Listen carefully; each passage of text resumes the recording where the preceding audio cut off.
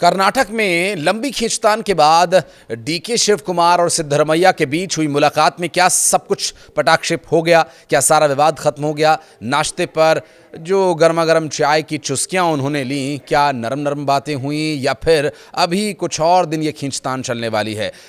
नमस्कार, मैं हूं आशीष त्रिपाठी, आपके साथ इन्हीं सब सवालों पर करेंगे बात। दिल्ली आलाकमान से पूरी तरह से निराश होने के बाद जो फॉर्मूला तय किया गया कर्नाटक में, दरअसल कर्नाटक में नेतृत्व परिवर्तन को लेकर जारी विवाद के बीच मुख्यमंत्री सिद्धरमैया और उप मुख्यमंत्री डीके शिव कुमार आज नाश्ते की टेबल पर मिले। दोनों नेताओं के बीच मुलाकात ऐसे वक्त में हो रही है जब पिछले 2 दिनों से सोशल मीडिया पर दोनों एक दूसरे पर अप्रत्यक्ष तौर पर निशाना साधते नजर आए। मुख्यमंत्री सिद्धरमैया ने यह बताया था कि कांग्रेस हाईकमान ने दोनों नेताओं से बातचीत करने को कहा है, जिसके बाद उन्होंने शिव कुमार को नाश्ते पर अपने घर आमंत्रित किया। उन्होंने ये भी दोहराया था कि उनका रुख पहले जैसा ही है और उन्होंने ये भी कहा कि मैं वही करूंगा जो हाईकमान कहेगा। तो वहीं डीके शिव कुमार भी इस रुख से पूरी तरह से वाकिफ हो चुके हैं और जब उनसे ये पूछा गया कि क्या वे दिल्ली जाएंगे तो सिद्धरमैया ने कहा कि अगर बुलाया गया तो अवश्य जाऊंगा।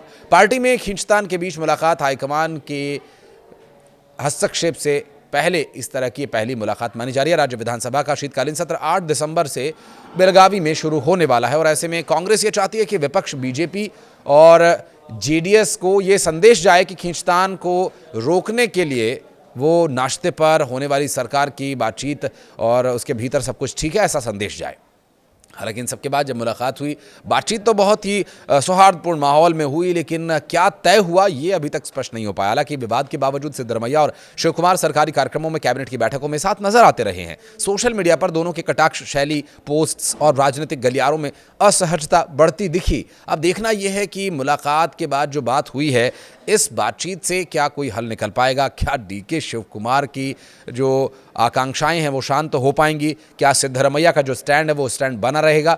और पार्टी सूत्रों का कहना तो यहां तक है कि मुलाकात थोड़े समय के लिए ही है, लेकिन दोनों नेता अलग अलग बातचीत भी कर सकते हैं और पार्टी के हित में जो होगा वही निर्णय लिया जाएगा। देखने वाली बात यह भी है कि सिद्धरमैया और शिव कुमार के बीच ये नाश्ता पॉलिटिक्स या मुलाकात क्या सिर्फ एक फोटो सेशन बनकर रह जाएगा या फिर सच में दोनों के बीच जो दूरियां इस नाश्ते के बाद कम होंगी।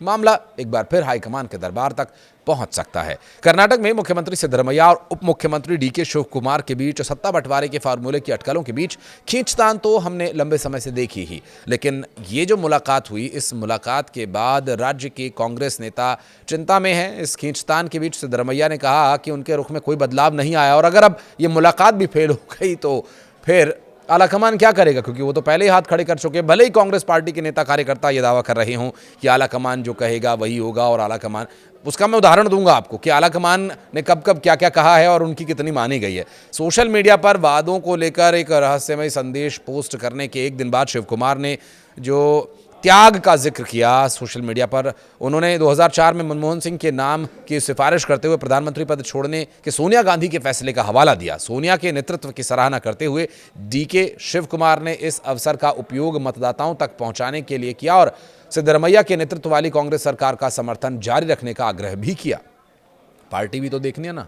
उन्होंने 2028 के विधानसभा चुनावों में जनता के समर्थन की अपील की और पार्टी के दीर्घकालिक योजनाओं की स्थिरता को महत्वपूर्ण बताया। लेकिन इतिहास गवाह है कि कांग्रेस में यह कुर्सी का चक्कर आज तक हल नहीं हो पाया। इसके लिए अगर इतिहास के कुछ पन्नों को पलटा जाए तो दिखता है कि छत्तीसगढ़ में 2018 से लेकर 2023 तक पूर्व मुख्यमंत्री भूपेश बघेल और टीएस सिंहदेव के बीच जो कहासुनी थी या जो खींचतान थी वो अब तक हल नहीं हो पाई है। पार्टी चुनाव हार भी गई है, तब भी ये गाय बगाए चर्चा उठी जाती है, जैसे कि अब उठ रही है।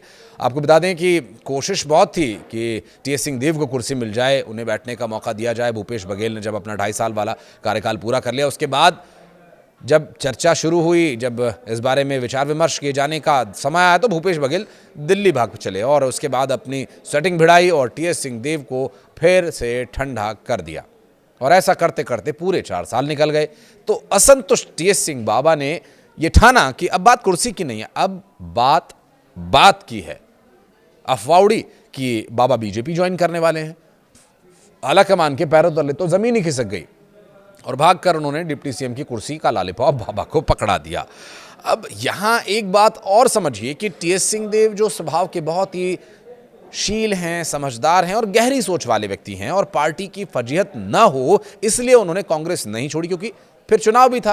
तो डिप्टी सीएम बना करके 4 महीने उन्होंने काट दिए।